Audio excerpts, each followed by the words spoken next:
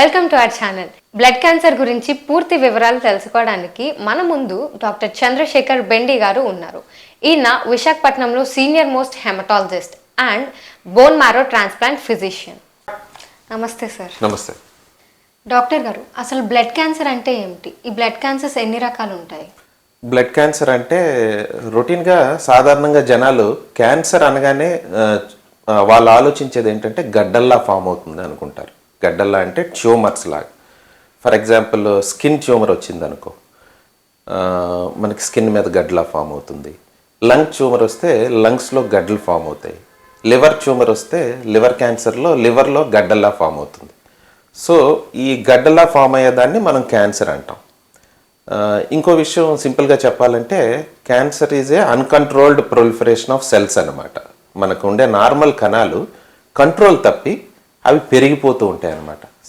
Example skin మీద మనకు ఉండాల్సిన కణాలు స్కిన్ ఫామ్ చేయాలి, ఊపిరితిత్తుల్లో ఉండేవి ఊపిరితిత్తులను ఫామ్ చేయాలి. ఈ క్యాన్సర్ వచ్చేటప్పుడు చిన్న చిన్న జెనెటిక్ చేంజెస్ బాడీలో రావడం వల్ల ఆ సెల్ గ్రోత్ని కంట్రోల్ చేసే మెకానిజం మిస్ అవుతుంది. దానివల్ల ఏమవుతుందంటే అక్కడ సాధారణంగా ఉండాల్సిన కణాల నెంబరు మిలియన్స్లో పెరిగిపోయి గడ్డల్లా తయారవుతాయి అన్నమాట. ఇప్పుడు మనం బ్లడ్ క్యాన్సర్కి వస్తే ఏమవుతుందంటే బ్లడ్ క్యాన్సర్ అంటే ఇండైరెక్ట్గా మనం బోన్ మ్యారో క్యాన్సర్ గురించి చెప్తున్నట్టు అర్థం అనమాట. బోన్ మ్యారో కూడా ఇందాక నేను చెప్పిన అవయవాల్లానే, అంటే కిడ్నీ, లివర్, మన స్కిన్ కానీ హార్ట్ కానీ అలాగా బోన్ మ్యారో అనేది ఒక అవయవం మన బాడీలో. అది మూలుగా అంటాము సింపుల్గా తెలుగులో. బోన్స్ మధ్యలో ఉండే సాఫ్ట్ మెటీరియల్ని మనం బోన్ మ్యారో అంటాం. ఈ బోన్ మ్యారో పని ఏంటంటే మన బాడీలో అది బ్లడ్ని తయారు చేస్తూ ఉంటుంది. జీవితాంతం బ్లడ్ని తయారు చేస్తుంది. బ్లడ్ అంటే red blood cells, white blood cells and platelets. Red blood cells అంటే తెలుగులో ఎర్ర రక్త కణాలు అంటాం. ఎర్ర రక్త కణాల్లో హిమోగ్లోబిన్ ఉంటుంది, దాన్నే మనం సాధారణంగా రక్తం అని అంటాం. వైట్ బ్లడ్ సెల్స్ అంటే తెల్ల రక్త కణాలు. ఇవి సాధారణంగా మన బాడీలో ఇమ్యూన్ సిస్టమ్, అంటే ఫైటింగ్ అగెనెస్ట్ ద బ్యాక్టీరియా కానీ ఫంగల్ ఎలిమెంట్స్ కానీ వైరస్ కానీ ఫైట్ చేయడానికి ఇమ్యూనిటీ కోసం పనిచేస్తుంటాయి. ప్లేట్లెట్స్ అనేవి మన బాడీలో రక్తస్రావం జరగకుండా కాపాడుతుంటాయి. సో ఈ మూడు రకాల కణాలని బోన్ మ్యారో తయారు చేస్తుంది. నేను ఇందాక ఏం చెప్పాను, క్యాన్సర్ అంటే ఏంటి? అన్కంట్రోల్డ్ ప్రొలిఫరేషన్ ఆఫ్ సెల్స్, కణాలు. బోన్ మ్యారోలో అన్కంట్రోల్డ్గా ఈ కణాల్లో ఏ కణం పెరిగిపోయినా కూడా దాన్ని మనం బ్లడ్ క్యాన్సర్ అంటాం. సో ఫర్ ఎగ్జాంపుల్ తెల్ల రక్త కణాలు బాగా పెరిగిపోతాయి చాలా క్యాన్సర్స్లో, వాటిని తెల్ల రక్త కణాల్లో వచ్చే క్యాన్సర్ అంటాం. కొన్నిసార్లు ఎర్ర రక్త కణాలు బాగా పెరిగిపోతాయి, దాన్ని ఎర్ర రక్త కణాలకు వచ్చే క్యాన్సర్ అంటాం. కొన్నిసార్లు ప్లేట్లెట్కి సంబంధించిన మెగాకారియోసైట్స్ పెరిగిపోతుంటాయి, దాన్ని మెగాకారియోసైట్స్ ఆర్ ప్లేట్లెట్స్కి వచ్చిన క్యాన్సర్ అని అంటాం. ఈ రకాలన్నీ కూడా బ్లడ్ క్యాన్సర్స్ కింద మనం తీసుకుంటాం. సాధారణంగా మనం ప్రజల్లో అంటే చిన్నపిల్లలు కానీ పెద్దవాళ్ళలో కానీ చూసే క్యాన్సర్స్ ఎక్యూట్ లుకీమియాస్ అంటాం. ఎక్యూట్ లుకీమియా అంటే వైట్ బ్లడ్ సెల్స్కి వచ్చే క్యాన్సర్ అనమాట. వైట్ బ్లడ్ సెల్స్ సాధారణంగా మన బాడీలో బ్లడ్లో 4,000 నుంచి 10,000 మధ్యలో ఉంటాయి. కానీ ఈ క్యాన్సర్ వచ్చిన వల్ల ఏం జరుగుతుందంటే ఈ వైట్ బ్లడ్ సెల్స్ లక్షల్లోకి పెరిగిపోతుంటాయి. కొన్నిసార్లు 1,00,000, 2,00,000, 3,00,000, కొంతమంది పేషెంట్స్లో నేను 5 లక్షలు 6 లక్షల వరకు కూడా ఈ వైట్ బ్లడ్ సెల్స్ పెరిగిపోవడాన్ని చూశాను. ఇలా పెరిగిపోతున్న వైట్ బ్లడ్ సెల్స్ వల్ల ఏమవుతుంది? సాధారణంగా బోన్ మ్యారోలో ఉండాల్సిన మిగతా కణాలు, ప్లేట్లెట్స్ కానీ రెడ్ బ్లడ్ సెల్స్ని కానీ అవి పెంచకుండా సప్రెస్ చేస్తాయి ఈ పెరిగిపోయిన వైట్ బ్లడ్ సెల్స్. సో దానివల్ల ఏమవుతుందంటే ఈ బ్లడ్ క్యాన్సర్ వచ్చిన పేషెంట్స్లో, పర్టికులర్గా ఎక్యూట్ లుకీమియాస్ వచ్చిన పేషెంట్స్లో హిమోగ్లోబిన్ తగ్గిపోవడం, ప్లేట్లెట్స్ తగ్గిపోవడం, ఒక్కోసారి వైట్ బ్లడ్ సెల్స్ బాగా లక్షల్లో పెరిగిపోవడం, కొన్నిసార్లు తగ్గిపోవడం కూడా జరుగుతుంది అనమాట. సో ఈ రకంగా సింపుల్గా చెప్పాలంటే బోన్ మ్యారోలో తయారయ్యే క్యాన్సర్నే మనం బ్లడ్ క్యాన్సర్ అంటాం. ఇప్పుడు మీరు ఇందాక రకాలని అడిగారు. బ్లడ్ క్యాన్సర్లో చాలా రకాల క్యాన్సర్స్ ఉంటాయి. కానీ సింపుల్గా మన అందరికీ అర్థమయ్యేటట్టు చెప్పాలంటే 3 రకాలుగా దీన్ని డివైడ్ చేస్తుంటాం. లుకీమియాస్ అంటాం, లింఫోమాస్ అంటాం, మూడోది మైలోమా అంటాం. లుకీమియా అంటే మళ్ళీ 2 రకాలుగా ఉంటుంది, chronic leukaemia and acute leukaemia. Acute leukaemia అంటే సడన్గా బాడీలోకి తయారవుతుంది, 10-15 రోజుల్లోనే బాడీని పాడు చేసేస్తుంది. సీరియస్ లైఫ్ థ్రెటనింగ్ ఈవెంట్స్ కూడా 10-15 రోజుల్లోనే పేషెంట్లో పెరిగిపోతూ ఉంటాయి అన్నమాట. సో అందులో ఏం జరుగుతుందంటే కామన్గా మనం చిన్నపిల్లల్లో చూసే ఎక్యూట్ లుకీమియాలో ఎక్యూట్ లింఫోబ్లాస్టిక్ లుకీమియా అంటారు, ఎక్యూట్ మైలోయిడ్ ల్యూకీమియా అంటారు, పెద్దవాళ్ళు అది ఎక్కువ వస్తుంది. So acute lymphoblastic ల్యూకీమియా, acute myeloid ల్యూకీమియా ఈ రెండు చాలా సీరియస్ బ్లడ్ క్యాన్సర్స్. ఇవి వచ్చిన వెంటనే పేషెంట్స్కి ప్రాబ్లమ్స్ అన్నీ బయటపడుతుంటాయి. అంటే రకరకాల జ్వరం రావడం కానీ, బ్లీడింగ్ కానీ ఇలాంటివన్నీ బయటపడుతుంటాయి. తొందరగా హాస్పిటల్స్కి వెళ్ళాల్సి వస్తుంది. హాస్పిటల్కి వెళ్ళిన తర్వాత ఇవి బయటపడుతుంటాయి. రెండో రకం క్రానిక్ ల్యూకీమియాస్ అని చెప్పాను. ఇవి బాడీలో చాలా కాలం ఉండిపోతుంటాయి అన్నమాట. సంవత్సరాల తరబడి ఉండిపోతాయి. తెలియదు కూడా, ఒక్కోసారి సిమ్టమ్స్ ఏమి ఉండవు. సో ఇదేం జరుగుతుందంటే, ఈ సిమ్టమ్స్ లేనప్పుడు ఏదో వేరే ప్రాబ్లం కోసం సాధారణ బ్లడ్ టెస్ట్ చేస్తుంటే ఇవి బయటపడుతుంటాయి అప్పుడప్పుడు. రెండో రకం ఏంటంటే లింఫోమాస్ అంటాం. లింఫోమాస్ అంటే ఇవి గడ్డల్లా ఫామ్ అవుతాయి. ఇందాక నేను చెప్పిన బ్లడ్ క్యాన్సర్లా కాకుండా లింఫ్ గ్రంథుల్లో మన మెడలో కానీ, చంకల్లో కానీ, గజ్జల్లో కానీ గడ్డల్లా ఫామ్ అవుతాయి అన్నమాట. వీటిని లింఫోమాస్ అంటారు. ఇందులో మెయిన్గా 2 రకాలు ఉంటాయి. నాన్ హాడ్జ్కిన్స్ లింఫోమా అంటాం, హాడ్జ్కిన్స్ లింఫోమా అంటాం. మూడో రకం ఏంటంటే మైలోమా అంటాం. దాన్ని మల్టిపుల్ మైలోమా అంటారు. ఇది కూడా ఒక రకమైన బ్లడ్ క్యాన్సరే. ఇది ఎక్కువ అడల్ట్స్ అంటే ముసలి వాళ్ళలో ఎక్కువగా వస్తుంటుంది అనమాట. సో సింపుల్గా చెప్పాలంటే 3 రకాల blood cancers: ల్యూకీమియాస్, lymphomas and myeloma అని డివైడ్ చేస్తూ ఉంటాం. డాక్టర్ గారు, అసలు ఈ బ్లడ్ క్యాన్సర్ లక్షణాలు ఏమిటి? పెద్దవాళ్ళకి చిన్నవాళ్ళకి ఒకేలా ఉంటాయా లేదా వేరువేరుగా ఉంటాయా? బ్లడ్ క్యాన్సర్ లక్షణాలు 2 రకాలుగా డివైడ్ చేస్తాం నార్మల్గా. అదేంటంటే, ఒకటి కాన్స్టిట్యూషనల్ సిమ్టమ్స్ అంటాం, 2 pure blood cancer related symptoms అంటాం. కాన్స్టిట్యూషనల్ సిమ్టమ్స్ అంటే ఏంటంటే అది అన్ని క్యాన్సర్లోనూ ఉంటాయి ఆ సిమ్టమ్స్. ఏ క్యాన్సర్ వచ్చినా కూడా ఈ సిమ్టమ్స్ ఉంటాయి అన్నమాట. ఒకటి బరువు తగ్గిపోవడం కానీ, లేదంటే ఆకలి మందగించడం కానీ, నీరసం బాగా పెరిగిపోవడం. బరువు తగ్గిపోవడం అంటే ఏంటంటే డ్రాస్టిక్గా తగ్గిపోతారనమాట. ఇంచుమించు ఒక 2-3 మంత్స్లోనే వాళ్ళు ఒక 10%, more than 10% of their weight తగ్గిపోతూ ఉంటారు. ఫర్ ఎగ్జాంపుల్ 60 kg వెయిట్ ఉండే అతను 1-2 నెలల్లోనే 50 kgsకి వచ్చేయడం. ఇలా డ్రాస్టిక్ వెయిట్ చేంజ్ ఉంటుంది అనమాట. డైటింగ్తో కానీ, లేదంటే వేరే ఇతర అలవాట్లతో సంబంధం లేకుండా ఇలా వెయిట్ తగ్గిపోతే మనకి ఫస్ట్ వచ్చే డౌట్ ఏంటంటే క్యాన్సర్ ఏమైనా వచ్చిందా, లేదంటే వేరే అదర్ ఇన్ఫెక్షన్స్ ఏమైనా వచ్చాయా అనేది మనకి డౌట్ వస్తుంటుంది. అదే సందర్భంలో సివియర్ వీక్నెస్ ఉంటుంది వాళ్ళకి. ఆ వీక్నెస్ కూడా ఎలా ఉంటుందంటే, రాత్రిపూట, సాయంత్రం పూట చెమటలు పట్టడం, అంటే ఈవినింగ్ రైజ్ ఆఫ్ టెంపరేచర్ అంటూ ఉంటాం. జ్వరం వస్తూ ఉంటుంది. ఆ జ్వరం కూడా సాయంత్రం పూట ఎక్కువ వస్తుంది. హై గ్రేడ్ జ్వరం రాదు, లో గ్రేడ్ జ్వరం వస్తూ ఉంటుంది. And at the same time వీళ్ళు దాంతోపాటు ఇతర proper blood cancer related symptoms, ఇప్పుడు ఇంతవరకు నేను చెప్పింది constitutional symptoms. Proper blood cancer related symptoms అంటే ఏంటంటే బ్లడ్లో వచ్చిన తేడాలు బట్టి వస్తుంది అనమాట. నేను ఇందాక మీకు చెప్పినట్టుగా హిమోగ్లోబిన్ తగ్గడం కానీ, ప్లేట్లెట్స్ తగ్గడం కానీ, లేదంటే వైట్ బ్లడ్ సెల్స్లో వచ్చే తేడాల వల్ల ఈ సిమ్టమ్స్ ఉంటూ ఉంటాయి.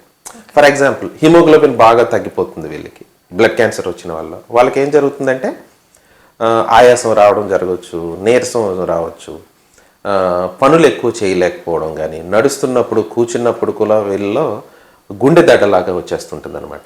దాన్ని పాల్పిటేషన్స్ అంటూ ఉంటాం. అది హిమోగ్లోబిన్ తగ్గిపోవడం వల్ల వచ్చే సిమ్టమ్స్.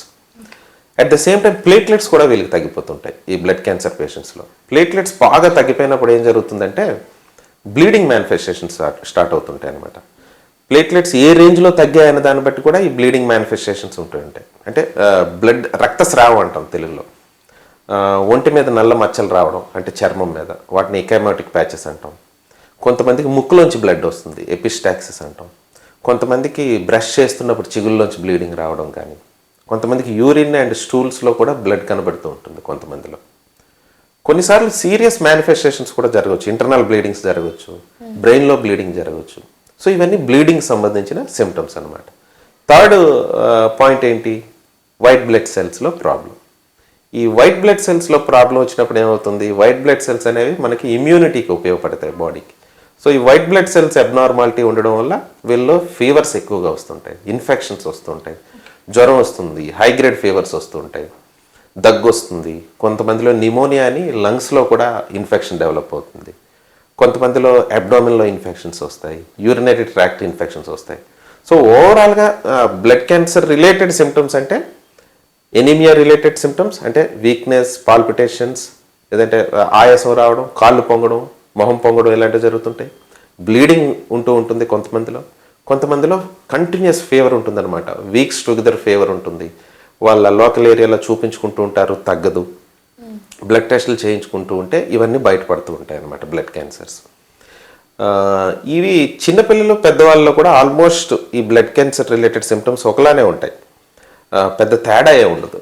ఎందుకంటే ఈ 3 రకాల కణాల్లో వచ్చే తేడాల వల్ల వచ్చే సిమ్టమ్స్ కాబట్టి అందరికీ ఒకలానే ఉంటాయి. చిన్న పిల్లల్లో కూడా ఇక ఫీవర్ వస్తుంది, బ్లీడింగ్ అవుతుంది, వీక్నెస్ ఉంటుంది. పెద్దవాళ్ళలో కూడా అలాగే ఉంటుంది. కాకపోతే పెద్దవాళ్ళలో ఏమవుతుందంటే వాళ్ళకి ఆల్రెడీ కోమార్బిడిటీస్ ఉంటాయి. బీపీ ఉండొచ్చు, షుగర్ ఉండొచ్చు.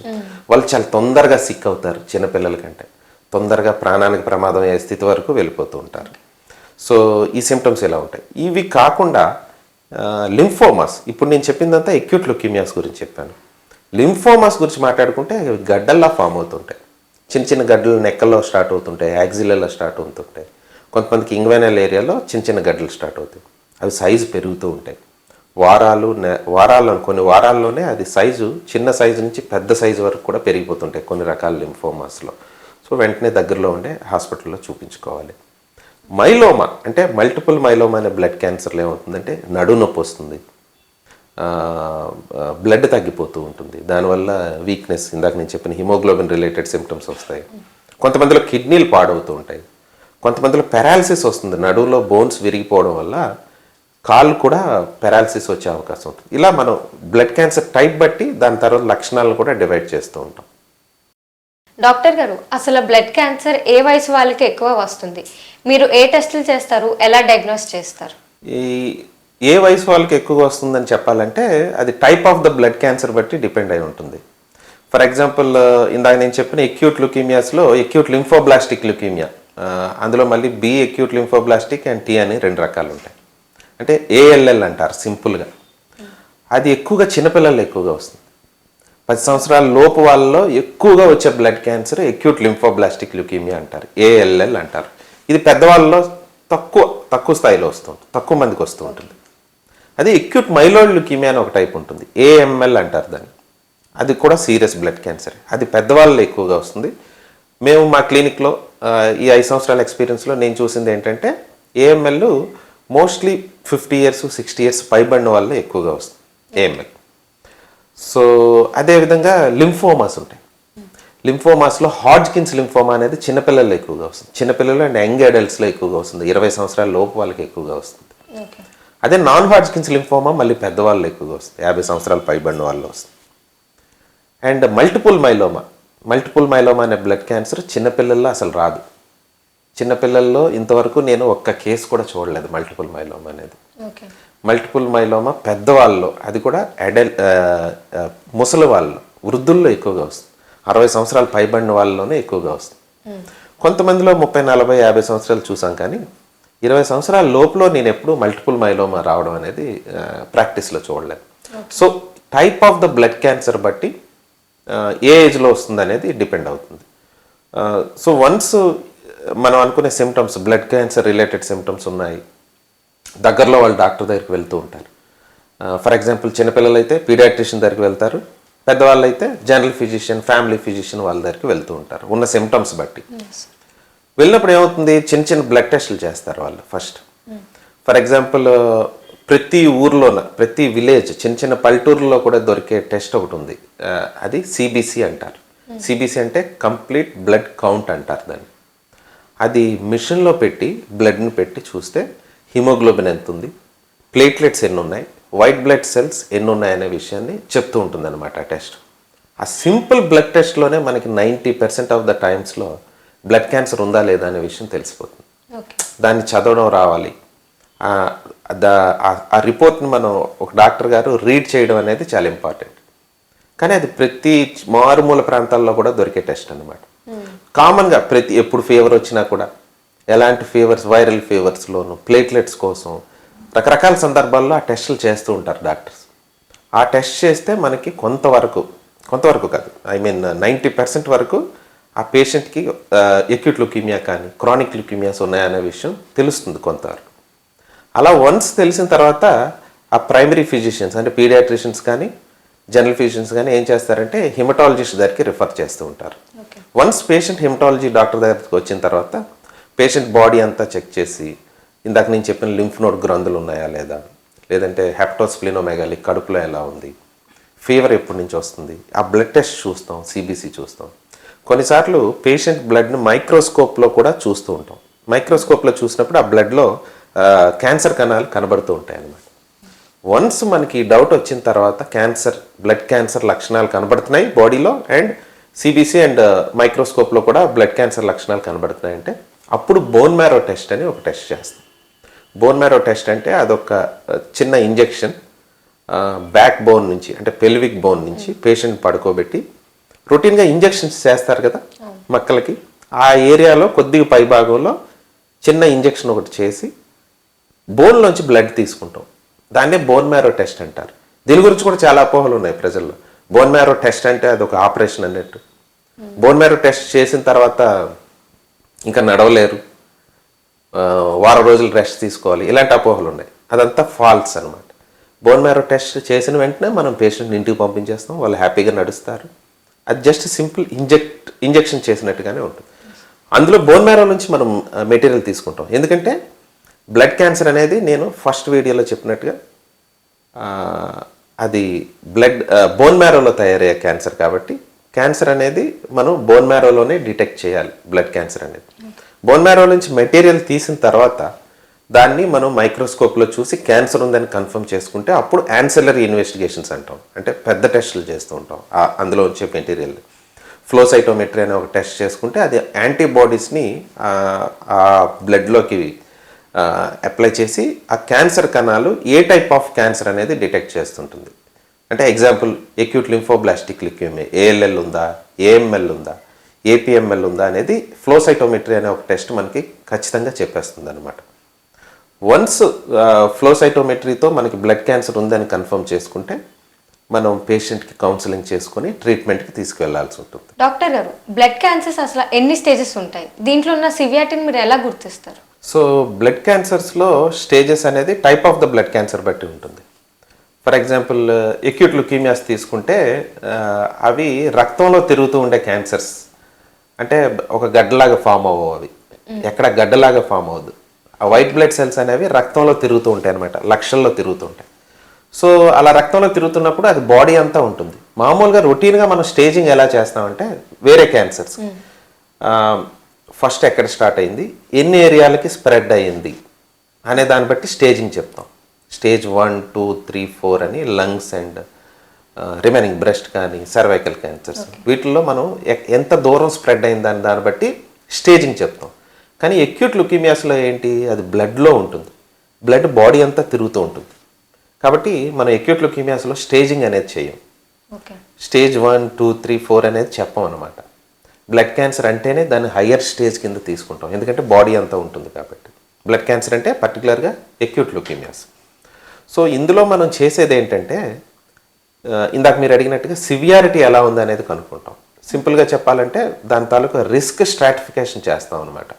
ఫర్ ఎగ్జాంపుల్ ఎక్యూట్ లుకీమియాలో ఏఎల్ఎల్ కానీ ఏఎంఎల్ కానీ ఉంది అని కన్ఫర్మ్ చేసుకున్న తర్వాత ఇది హై రిస్క్లో ఉందా, లో రిస్క్లో ఉందా అండ్ మీడియం రిస్క్లో ఉందా, ఈ మూడిట్లో ఏ రిస్క్ స్ట్రాటిఫికేషన్లో ఉందని తెలుసుకోవడానికి కొన్ని రకాల మాలిక్యులర్ అనాలిసిస్ చేస్తూ ఉంటాం అనమాట. మాలిక్యులర్ అనాలిసిస్ అంటే జెనెటిక్ టెస్టులు చేస్తూ ఉంటాం. క్యారియోటైపింగ్ అని కానీ, ఫిష్ కానీ, నెక్స్ట్ జనరేషన్ సీక్వెన్సింగ్ బేస్డ్ టెస్టులు చేస్తూ ఉంటాం అనమాట ఫర్దర్ అనాలిసిస్ కోసం. ఈ రకాల జెనెటిక్ టెస్టులు మనకి ఏం చెప్తాయంటే particular acute leukemia ALL or AML high రిస్క్లో ఉందా పేషెంట్లో, మీడియంలో ఉందా, లోలో ఉందా అనేది చెప్తూ ఉంటుంది అనమాట. దీనివల్ల మనకి ఏం తెలుస్తుందంటే కొంతమందిలో హై రిస్క్ లుకీమియాస్ ఉంటే అవి మొండిగా ఉంటాయి, ట్రీట్మెంట్కి తగ్గినా కూడా వెంటనే మళ్ళీ రిలాప్స్ అవుతుంటాయి, వెనక్కి వస్తుంటాయి. అదే లో రిస్క్ కేటగిరీలో ఉండే లుకీమియాస్ ఏమవుతుందంటే ట్రీట్మెంట్ని బాగా తట్టుకుంటాయి, అవి ట్రీట్మెంట్కి రెస్పాన్స్ వస్తుంది. రెస్పాన్స్ వచ్చిన తర్వాత వెనక్కి వచ్చే అవకాశం కూడా తక్కువగా ఉంటుంది. ఇది చాలా ఇంపార్టెంట్. ఈ రిస్క్ స్ట్రాటిఫికేషన్ అనేది చాలా ఇంపార్టెంట్. ఎందుకంటే హై రిస్క్లో ఉండే పేషెంట్ని ఒకలా ట్రీట్మెంట్ చేస్తాం, లో రిస్క్లో ఉండే ట్రీట్మెంట్ ఇంకోలా ట్రీట్మెంట్ చేస్తాం. So once diagnosis acute leukemia ALL AML అయిపోయిందంటే వదిలేసి డైరెక్ట్గా ట్రీట్మెంట్కి వెళ్లకుండా అది ఏ రిస్క్లో ఉందనేది కూడా కనిపెట్టడం చాలా ఇంపార్టెంట్, ఆ టెస్టులు చేయడం ఇంపార్టెంట్.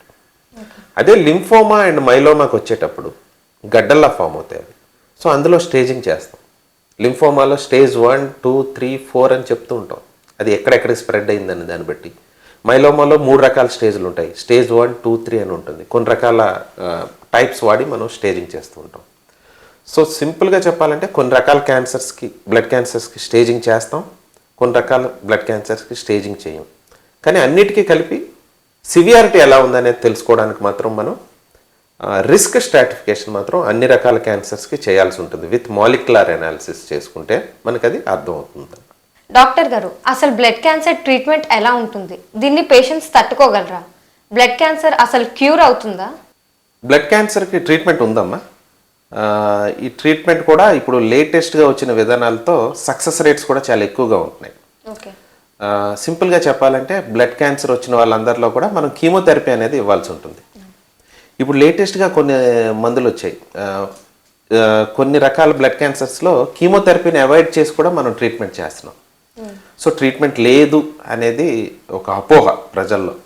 బ్లడ్ క్యాన్సర్ వచ్చిన వెంటనే ఇది డెత్ సెంటెన్స్లా ఫీల్ అవుతుంటారు. కొన్నిసార్లు నా పేషెంట్స్ ఓపీలో బ్లడ్ క్యాన్సర్ ఉంది, మీ బాబుకి కానీ పాపకి కానీ ఉంది, లేదంటే మీకు ఉంది అని చెప్పేటప్పుడు ట్రీట్మెంట్ తీసుకోవద్దని పక్కింటి వాళ్ళు, వాళ్ళ కొలీగ్స్ ట్రీట్మెంట్ ఇది అవసరం లేదు, ఇది ఇంకా మరి ట్రీట్మెంట్కి బాగుపడదు అని చెప్పారని కూడా చెప్తూ ఉంటారు. సో వాళ్ళకి నచ్చ చెప్పాలి, ట్రీట్మెంట్ ఉందని చెప్పాలి. ఎందుకంటే చాలా మందిలో మేము సక్సెస్ చూస్తూ ఉంటాం. అలానే అందరినీ కాపాడేస్తాం. వచ్చిన 100 మంది పేషెంట్లో 100 మందిని మనం కాపాడగలం అని చెప్పట్లేదు. కానీ there is a success for each cancer type అన్నమాట. అంటే for example acute lymphoblastic leukaemia ALL అనే కేటగిరీ తీసుకొని చిన్నపిల్లల్లో వస్తుందని చెప్పాను కదా, అది 10 సంవత్సరాల లోపు చిన్నపిల్లల్లో వస్తుంది. ఆ ఏఎల్ఎల్ కేటగిరీలో ఒక పర్టికులర్ టైప్ ఉంది, బిఏఎల్ఎల్ అనే టైప్ ఉంది. ఇందాక నేను చెప్పిన రిస్క్ స్ట్రాటిఫికేషన్ చేసుకొని లో రిస్క్ ఆర్ మీడియం రిస్క్లో ఈ బిఏఎల్ఎల్ ఉంటే మనం ఇచ్చిన ట్రీట్మెంట్కి 90%, 80 to 90% సక్సెస్ రేట్ ఉంటుంది, క్యూర్ రేట్ ఉంటుంది. సక్సెస్ రేటే కాదు, క్యూర్ రేట్. క్యూర్ రేట్ ఏంటి? మళ్ళీ క్యాన్సర్ వెనక్కి రాకుండా మనం చేయడం అనమాట. సో బిఏఎల్ఎల్ అనే టైప్లో సక్సెస్ రేట్, అది సీరియస్ బ్లడ్ క్యాన్సర్ అయినా కూడా మనకి లో రిస్క్లో ఉండి కీమోథెరపీ పర్ఫెక్ట్గా చేసుకుంటే సక్సెస్ రేట్ చాలా ఎక్కువగా ఉంటుందన్నమాట. మిగతా టైప్స్ ఉంటాయి, టీఏఎల్ఎల్ కానీ ఏఎంఎల్ కానీ, ఇవి కొంత బిఏఎల్ఎల్ కంటే రిస్క్ సీరియస్నెస్ ఎక్కువగా ఉంటుంది, కొద్దిగా ట్రీట్మెంట్ రిఫ్రాక్టరీనెస్ కూడా ఎక్కువగా ఉంటుంది ఈ 2 రకాల జబ్బుల్లో, T ALL and acute myeloid leukemia ఏఎంఎల్లో. బట్ స్టిల్ వీటికి కూడా కొత్త రకమైన పద్ధతులు వచ్చాయి. కీమోథెరపీ తర్వాత బోన్ మ్యారో ట్రాన్స్ప్లాంటేషన్ చేస్తుంటాం. వాటిల్లో బోన్ మ్యారో ట్రాన్స్ప్లాంటేషన్ చేసుకున్న చాలా మందిలో ఏమవుతుందంటే క్యాన్సర్ వెనక్కి రాకుండా ఉంటుందన్నమాట సక్సెస్ అయితే. సో ట్రీట్మెంట్ ఉంది, కీమోథెరపీ విధానంలో ట్రీట్మెంట్ ఉంది ఈ క్యాన్సర్స్కి, ఎక్యూట్ ల్యూకేమియాస్ పర్టికులర్గా. అండ్ వాటిని వెనక్కి రాకుండా చేసే పద్ధతులు కూడా కొన్ని ఉన్నాయి ఈ బోన్ మ్యారో ట్రాన్స్ప్లాంటేషన్ అనే విధానం. ఇందాక నేను చెప్పాను కొత్త విధానాలు వచ్చాయని, దాన్ని ఇమ్యూనోథెరపీ అంటారు. ఈ బ్లడ్ క్యాన్సర్స్లో ఇమ్యూనోథెరపీస్ వస్తున్నాయి ఇప్పుడు. ఫర్ ఎగ్జాంపుల్ బిఏఎల్ఎల్, రిఫ్రాక్టరీ బిఏఎల్ఎల్లో పెద్దవాళ్ళల్లో ఈ జబ్బు పదే వెనక్కి వస్తుంటే కొన్ని రకాల టార్గెటెడ్ థెరపీస్ వచ్చాయి. ఎనోటోజుమాబ్ కానీ బ్లెనాటోమాబ్ కానీ ఇప్పుడు పేషెంట్స్లో వాడుతున్నాం మనం. అవి కొద్ది కాస్ట్లీ మందులు ఇప్పుడు ప్రపంచంలో కొత్తగా వచ్చాయి కాబట్టి అవి కాస్ట్ ఎక్కువగా ఉన్నాయి. బట్ స్టిల్ అది వాడితే ఈ క్యాన్సర్ తగ్గించుకొని వాళ్ళని బోన్ మ్యారో ట్రాన్స్ప్లాంటేషన్ వరకు మనం తీసుకెళ్ళగలుగుతున్నాం. అంటే రిఫ్రాక్టరీగా ఉండి చనిపోవాల్సిన పేషెంట్స్లో కూడా కొత్త మందులు వచ్చి వాళ్ళు హ్యాపీగా సర్వైవ్ అవుతున్న సందర్భాలు కూడా చూస్తూ ఉన్నాం. And at the same time ఇప్పుడు నేను మాట్లాడిందంతా ఎక్యూట్ ల్యూకేమియాస్ గురించి. అలాగే లింఫోమాస్, మైలోమాస్ అయితే అవి కొద్దిగా మైల్డర్ ఫార్మ్స్ కాబట్టి వాటిల్లో ట్రీట్మెంట్ చేసుకొని ఇయర్స్ టుగెదర్ హ్యాపీగా ఉండే పేషెంట్స్ కూడా ఉన్నారు. సో నేను సింపుల్గా చెప్పాలంటే టైప్ ఏంటి, ఆ టైప్ ఆఫ్ ద క్యాన్సర్లో ఏ స్టేజ్లో ఉంది, లేదంటే ఏ రిస్క్ స్ట్రాటిఫికేషన్లో ఉంది అన్నదాన్ని బట్టి మనం ట్రీట్మెంట్ డివైడ్ చేస్తూ ఉంటాం. కొన్నిసార్లు సర్ప్రైజింగ్గా కూడా కొంతమంది పేషెంట్స్ బాగా తట్టుకొని మనం ఎక్స్పెక్ట్ చేయనట్టుగా కూడా బయటకు వచ్చిన నా కెరియర్లో నేను చూసిన కేసెస్ కొన్ని ఉన్నాయి. సో ఏ పేషెంట్ని కూడా అంటే నాకు ఈ ఓవరాల్ ఇన్ని సంవత్సరాల ఎక్స్పీరియన్స్లో నేను ఇనీషియల్గా ఏం చెప్పేవాడిని అంటే క్యాన్సర్ రిపీటెడ్గా వస్తున్న పేషెంట్స్లో కొద్దిగా ఉపయోగం లేదమ్మా, ఈ పేషెంట్కి తట్టుకోలేరని చెప్పేవాడిని. ఆ తర్వాత ఓవర్ ఏ పీరియడ్ ఆఫ్ టైంలో మనం అలాంటి పేషెంట్స్ కూడా ట్రీట్మెంట్ చేయడం మొదలుపెట్టిన తర్వాత ఆ పేషెంట్స్లో కూడా నేను సక్సెస్ని చూశాను. ఆ పేషెంట్స్లో కూడా కొంతమంది సక్సెస్ఫుల్గా 2-3 సంవత్సరాల నుంచి ట్రాన్స్ప్లాంట్ అయిన తర్వాత బ్రతికి హ్యాపీగా స్కూల్కి వెళ్ళడం కానీ వాళ్ళ పని వాళ్ళు చేసుకోవడం కానీ చూశాను. సో నేను చెప్పేది ఏంటంటే బ్లడ్ క్యాన్సర్ వచ్చింది అని భయం ఉంటుంది అందరిలో, అది తప్పదు. ఎందుకంటే సీరియస్ ప్రాబ్లం, వాళ్ళు చాలా ఫేస్ చేయాల్సి ఉంటుంది ఫ్యూచర్లో. అంటే ట్రీట్మెంట్ కానీ హాస్పిటల్స్ తిరగడం ఇవన్నీ ఉంటాయి. అవన్నీ తట్టుకొని ధైర్యంగా ముందుకు వెళ్తే చిన్నపిల్లల్లో చాలా సక్సెస్ రేట్ మేము చూసాం. పెద్దవాళ్ళల్లో కోమార్బిడిటీస్ వల్ల చిన్నపిల్లలంత సక్సెస్ రేట్ ఉండదు, కానీ మరీ వదిలేయాల్సిన అవసరం అయితే లేదు. వాళ్ళని కూడా మనం ట్రీట్మెంట్ చేసుకుంటే అరౌండ్ 60-70% ఆఫ్ ద పీపుల్లో, పెద్దవాళ్ళలో కూడా సక్సెస్ఫుల్గా ట్రీట్మెంట్ చేయొచ్చు. డాక్టర్ గారు, అసలు ఈ బ్లడ్ క్యాన్సర్ వంశపారంపర్యంగా వస్తుందా లేదా ఒకరి నుండి ఒకరికి వస్తుందా? ఎస్, ఈ క్వశ్చన్ కామన్గా నాకు ఓపీడీలో అడుగుతుంటారు. ఒక పేషెంట్కి బ్లడ్ క్యాన్సర్ వచ్చింది అని నేను ఓపీలో చెప్పేటప్పుడు వాళ్ళ నుంచి వచ్చిన ఫస్ట్ క్వశ్చన్ ఏంటంటే, ఈ క్యాన్సర్ ఎలా వచ్చింది డాక్టర్ గారు అని అడుగుతుంటారు. లేదంటే ఈ బాబుకి మాకు ఈ క్యాన్సర్ వచ్చింది కదా, ఇంకో పాప మాకు ఉంది, ఆ పాపకు కూడా వచ్చే అవకాశం ఉందా? కొంతమంది ఏమడుగుతుంటారంటే, ఒకే ఇంట్లో ఉంటున్నాం, ఈ బాబుకి పెట్టిన భోజనం ఆ అమ్మాయికి పెట్టాల్సి వస్తుంది, ఒకే ప్లేట్లో తింటున్నారు, ఒకరి నుంచి ఒకరికి వచ్చేస్తుందా? లేదంటే ఒక తాతగారికి క్యాన్సర్ ఉంది, మనవాళ్ళతో ఆడుకుంటున్నారు, మా పిల్లలకి ఈ మనవాళ్ళకి ఈ క్యాన్సర్ వస్తుందని తల్లిదండ్రులు అడుగుతుంటారు. తాతగారి నుంచి చిన్నపిల్లలు కానీ, చిన్నపిల్లల నుంచి పెద్దవాళ్ళకి కానీ, ఒకరి నుంచి ఒకరికి. లేదంటే వంశపారంపర్యంగా ఫ్యామిలీస్లో వస్తుందా? ఈ క్వశ్చన్ అడుగుతుంటారు. దీనికి సింపుల్ ఆన్సర్ ఏంటంటే, వంశపారంపర్యంగా చాలా రేర్గా వస్తుంది క్యాన్సర్. ఇప్పుడు ఫర్ ఎగ్జాంపుల్ ఒక 100 మంది పేషెంట్లు తీసుకుంటే అందులో ఒక్కరికి కూడా వంశపారంపర్యంగా వచ్చే క్యాన్సర్స్ ఉండవు, అంత రేర్గా వస్తుంది అనమాట. ఇది సింపుల్ పాయింట్ మ్యూటేషన్స్ వల్ల వస్తుంది. అంటే ఆ బాడీలో, ఆ మనిషిలో, ఆ పేషెంట్లో వచ్చిన జెనెటిక్ ఆర్ జన్యుపరమైన మార్పుల వల్ల, అప్పటికప్పుడు వచ్చిన మార్పుల వల్ల ఈ క్యాన్సర్ వస్తూ ఉంటుంది. అంతేకాని తాతలు తండ్రుల నుంచి ఇది వచ్చే క్యాన్సర్ కాదనమాట. అలాగని కొన్ని అరుదైన సందర్భాల్లో కొన్ని రకాల మ్యూటేషన్స్ ఫ్యామిలీలో రన్ అవుతున్నప్పుడు కొన్నిసార్లు మేము ఫ్యామిలీలో రావడం చూసాం, కానీ అది చాలా అరుదైన సందర్భం. అది ఫస్ట్ పార్ట్. సెకండ్ పార్ట్ ఏంటంటే, ఒకరి నుంచి ఒకరు సంక్రమిస్తుందా ఈ వ్యాధి? ఇది అస్సలు జరగదు. ఫర్ ఎగ్జాంపుల్ ఒకే ప్లేట్లో భోజనం తిన్నా కానీ, ఒక ఇంట్లో కలిసి ఉన్నా కానీ, ఇది ఒకరి నుంచి ఒకరికి వచ్చే జబ్బు కాదు. ఇన్ఫెక్షన్స్ వచ్చేటట్టుగా ఈ బ్లడ్ క్యాన్సర్ ఒకరి నుంచి ఒకరికి రాదనమాట. సో ఒక ఫ్యామిలీలో క్యాన్సర్ వచ్చింది కాబట్టి ఇంకో బాబుకి వస్తుందని, లేదంటే వాళ్ళ నెక్స్ట్ జనరేషన్స్కి వస్తుందని మోస్ట్లీ 99% ఆఫ్ ద సిచ్యువేషన్స్లో భయపడాల్సిన అవసరం అయితే ఖచ్చితంగా లేదు. డాక్టర్ గారు, అసలు బ్లడ్ క్యాన్సర్ ఉన్న వాళ్ళు ఎలాంటి ఆహారం తీసుకుంటే మంచిది? వీళ్ళు ఏ డైట్ ఫాలో అవ్వాలి? Good question. కామన్గా ఇది అందరూ అడిగే క్వశ్చనే, బ్లడ్ క్యాన్సర్ వచ్చేవాళ్ళు.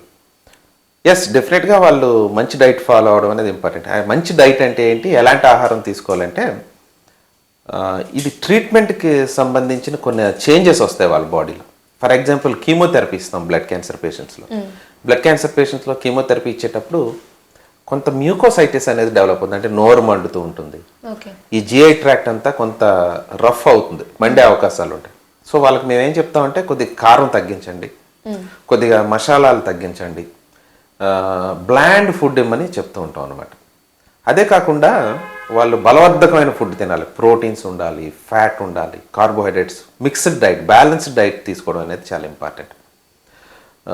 నాన్ వెజిటేరియన్ ఫుడ్ కానీ వెజిటేరియన్ కానీ ఏదైనా తినొచ్చు, కానీ కుక్డ్ ఫుడ్ తినాలి. కుక్డ్ అంటే ఉడికించిన లేదంటే వండిన పదార్థాలు మాత్రమే తినాలి, పచ్చివి తినకూడదు. అంటే ఈ ఆహార పదార్థాలు ఏమైనా మనం వండుతాం, కానీ పచ్చివి అంటే ఏంటి, పచ్చి క్యారెట్లు తినడం కానీ, పచ్చి వస్తువులు ఏదైనా, ఈ నట్స్ కానీ, పాడైన నట్స్ ఇలాంటివి తినడం అనేది అంత మంచిది కాదు. ఎందుకంటే ఈ బ్లడ్ క్యాన్సర్ పేషెంట్స్ చాలా తొందరగా ఇన్ఫెక్షన్స్ క్యాచ్ చేస్తుంటారు. ఫర్ ఎగ్జాంపుల్ ముందు రోజు నైట్ వండిన ఫుడ్ని తర్వాత రోజుకి ఫ్రిడ్జ్లో పెట్టి తర్వాత రోజు మధ్యాహ్నం ఉదయం తినడం అనేది అస్సలు చేయకూడదు బ్లడ్ క్యాన్సర్ పేషెంట్స్. ఎందుకంటే అది ఏమాత్రం చిన్న తేడా అయినా కూడా ఫుడ్లో లూజ్ మోషన్స్ రావడం, ఇన్ఫెక్షన్స్ రావడం. మోస్ట్ కామన్గా బ్లడ్ క్యాన్సర్ పేషెంట్స్ ఎక్కువ మంది చనిపోయే అవకాశాలు ఇన్ఫెక్షన్స్తోనే వస్తుంటాయి. కాబట్టి ఇన్ఫెక్షన్స్ని ప్రివెంట్ చేయడానికి మనం ఫ్రెష్ ఫుడ్ ఇస్తూ ఉండాలి. ఉదయం వండిన ఫుడ్ ఉదయం తినేయాలి, మధ్యాహ్నం ఫుడ్ మధ్యాహ్నం, అండ్ రాత్రి వండుకొని రాత్రే తినాలి. తర్వాత రోజుకి ప్రిజర్వ్ చేయడం అనేది చేయకూడదు.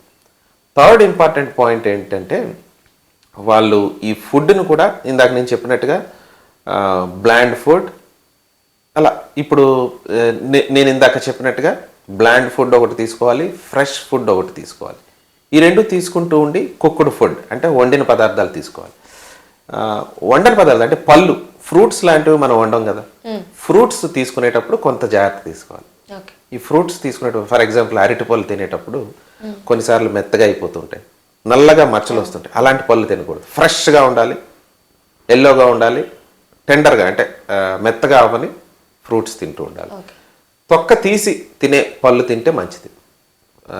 ఇప్పుడు యాపిల్ తినేటప్పుడు మీద ఉన్న తొక్క తీసేసి లోపల పదార్థం తినాలి. అరటిపండు మనం ఎలాగే తీసేసి తింటాం. ఆరెంజ్ తినేటప్పుడు అది మెత్తగా అయిపోయిందా, లోపల ఏమైనా పాడైందా, ఇలాంటి ప్రతి తినే ఐటమ్ని చెక్ చేసుకుంటూ తినాలి. చిన్నపిల్లలైతే ఇంట్లో మనమే పేరెంట్సే చెక్ చేసి వాళ్ళకి ఇస్తూ ఉండాలి. ఈ దానిమ్మ లాంటివి నేను తినొద్దని చెప్తూ ఉంటాను. ఎందుకంటే దానిమ్మ మల్టిపుల్ సీడ్స్ ఉంటాయి, అందులో ఒక్క సీడ్ కూడా పాడైతే మనకు కనబడకపోవచ్చు. కాబట్టి దానిమ్మను కంప్లీట్గా అవాయిడ్ చేయమని చెప్తూ ఉంటాను.